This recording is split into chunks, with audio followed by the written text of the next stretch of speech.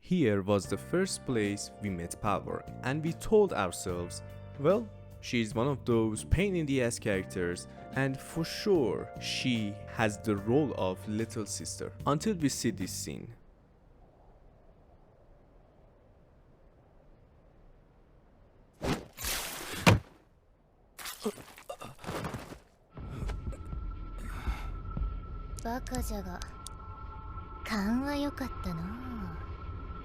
Then we tell ourselves, my god, she's a bitch.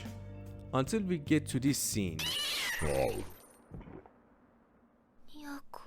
And we see the pain in her eyes, and we tell ourselves, no, Power is not a bitch, and there are things that is important to her. We shouldn't say that. She's a good person. She's learning to care more about everything. Then we sing this scene. And it's getting worse.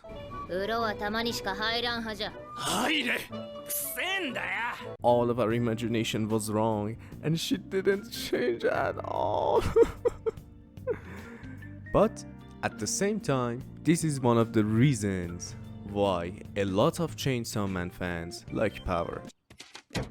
Because of her personality, which is completely different compared to someone who lives by his own codes and rules, and someone who is trying to achieve his dreams. Let's start with where this difference comes from, and how can someone be so different that the difference can't be seen? Because you can find similarities and say that someone like Power looks a lot like Denji. The first difference that Power has with everyone, and the origin of all of her behaviors and works, is the way she looks at the life. Is the same way that existentialist looks at life.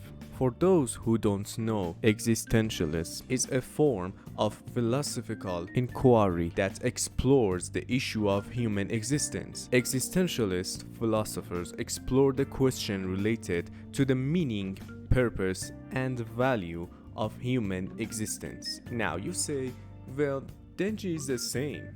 Exactly. But what makes the difference between Denji and Power is the kind of way and reason for living. Denji chooses to live in order to achieve his dreams. Power lives to gain more power so she can have dominance over everything and everyone. But the interesting thing is that they have a similarity, and that is they both wondering if the purpose they're living for is worth it.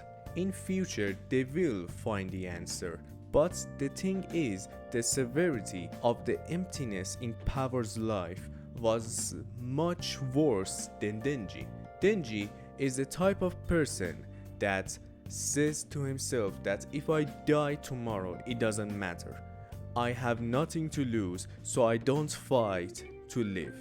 But Power, because of her sense of survival, because she believes that nothing in this world is worth fighting for it, unless her own life is worth a little bit of trying, which makes her sense of survival active and wants to fight or run depending on the circumstances. This way of thinking continued to be the same for both of them after they met each other and become members of the public safety. Only Denji decided to reach the dreams that he couldn't achieve before, and Power decided to live to win, not just to show power over the forest animals and the devils she sees. She wants to be superior to anything she finds.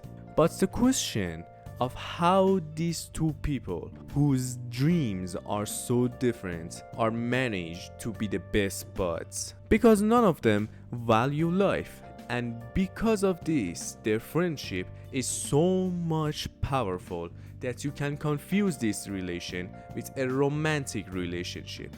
And this is a mistake that even manga readers could make it. The interesting part about the progress of these two characters is their perspective about life is absurd and worthless. But in this worthlessness, they find things that matters to them.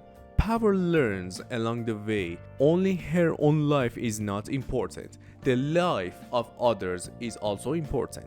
And the beginning of her understanding this was when she saw Maui for the first time. At first, she wanted to fatten him up and then eat it.